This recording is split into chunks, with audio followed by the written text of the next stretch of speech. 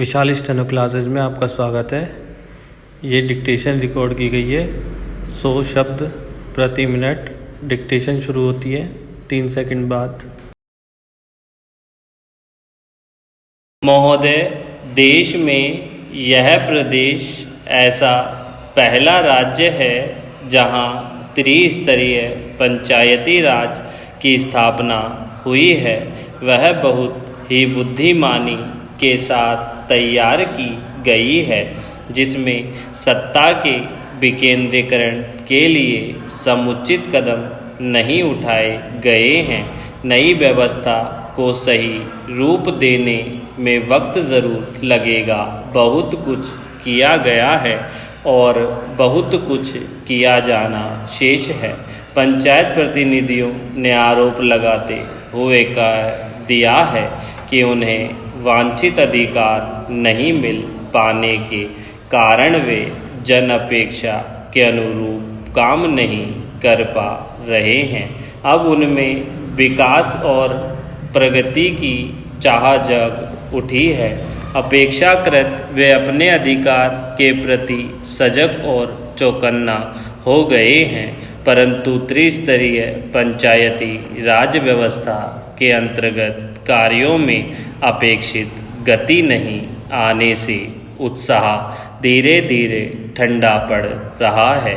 यह खुशी की बात है कि कम से कम संविधान संशोधन के माध्यम से त्रिस्तरीय पंचायती राज व्यवस्था तो कायम हो गई।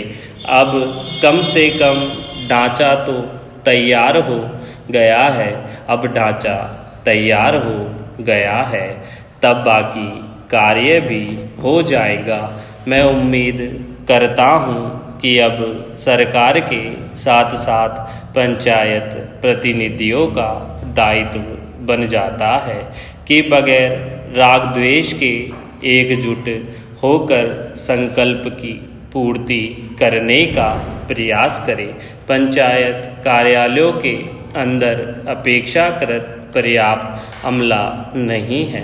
अमले के अभाव में कार्य को सुचारू रूप से संपादित करने में बहुत परेशानियों का सामना करना पड़ रहा है।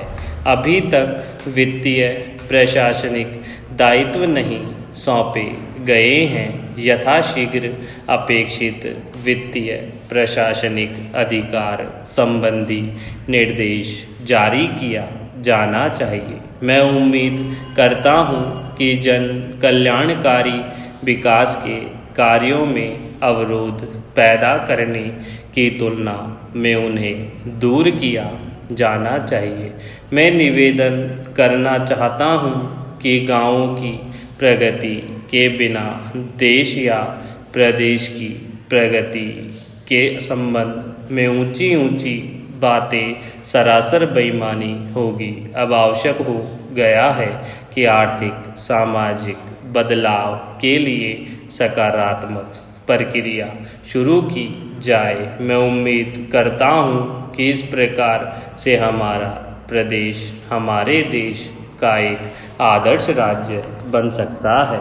मैं समझता हूँ कि इस व्यवस्था से ग्रामीण समाज में एक नई जिज्ञासा जगाने की पहल से पंचायती राज की सार्थकता सिद्ध हो सकेगी। इन अधिकारों से कर्तव्य बोध का होना भी उतना ही जरूरी है, अन्यथा राज्य सत्ता कभी जन सत्ता में परिवर्तित नहीं हो पाएगी। पंचायती राज के सपने को साकार बनाने के इस मुद्दे पर किसी को राजनीतिक तरीके से प्रपंच नहीं करने दिया जाना चाहिए।